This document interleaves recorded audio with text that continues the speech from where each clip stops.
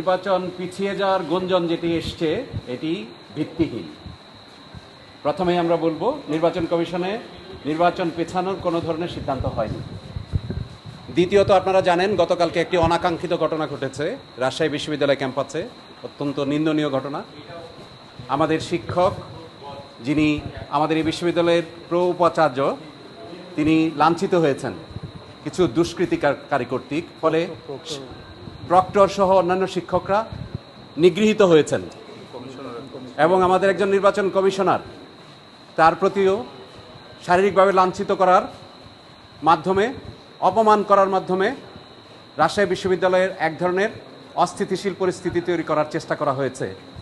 ফলে আজকে আপনারা সারাদিন দেখেছেন যে উৎসবমুখর রাকসু আমরা শুরু করেছিলাম, যেখানে প্রার্থী এবং ভোটারদের মধ্যে একে অপরের মধ্যে একটি উৎসব বিরাজ করছিল, সেটিতে গতকালকের ঘটনায়, দুঃখজনক ঘটনায় এটি ছেদ ঘটেছে। ফলে আমরা এই ঘটনার পরিপ্রেক্ষিতে পূর্ণাঙ্গ কমিশন আজকে বৈঠকে বসি এবং পূর্ণাঙ্গ বৈঠকে বসে আমরা পুরো পরিস্থিতি পর্যালোচনা করছি এবং আমাদের যে কার্যক্রম আছে সেগুলি চলমান আছে এবং 25 তারিখের যে নির্ধারিত তারিখ ঠিক করা আছে সেইটাকে নিয়েই আমরা অগ্রসর হচ্ছি।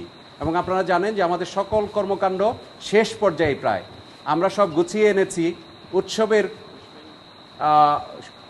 শেষের দিকে এসে এরকম অনাকাঙ্ক্ষিত ঘটনা শিক্ষার্থীদের কাছে আমরা আশা করি না, কারণ শিক্ষার্থীদেরই হাতে এই রাকসু তুলে দেওয়ার জন্য আমরা বিগত দিনগুলোতে দিনরাত পরিশ্রম করে যাচ্ছি।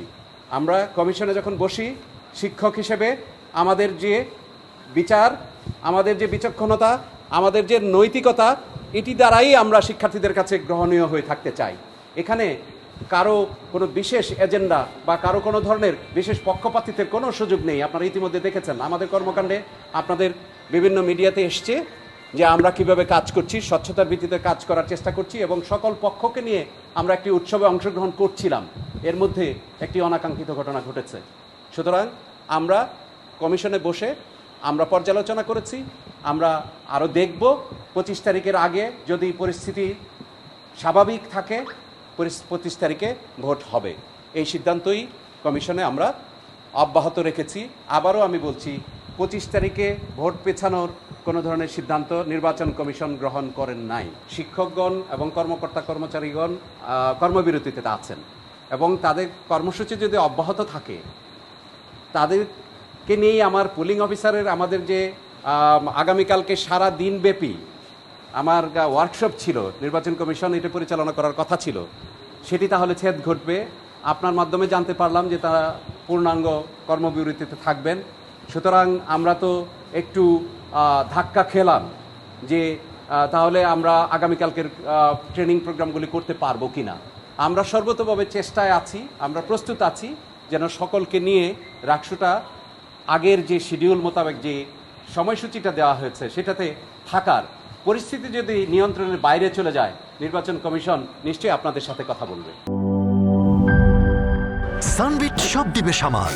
সানবিট ম্যাজিক প্রেস ডিশওয়াশিং এর মাথা ঘোরানো সলিউশন।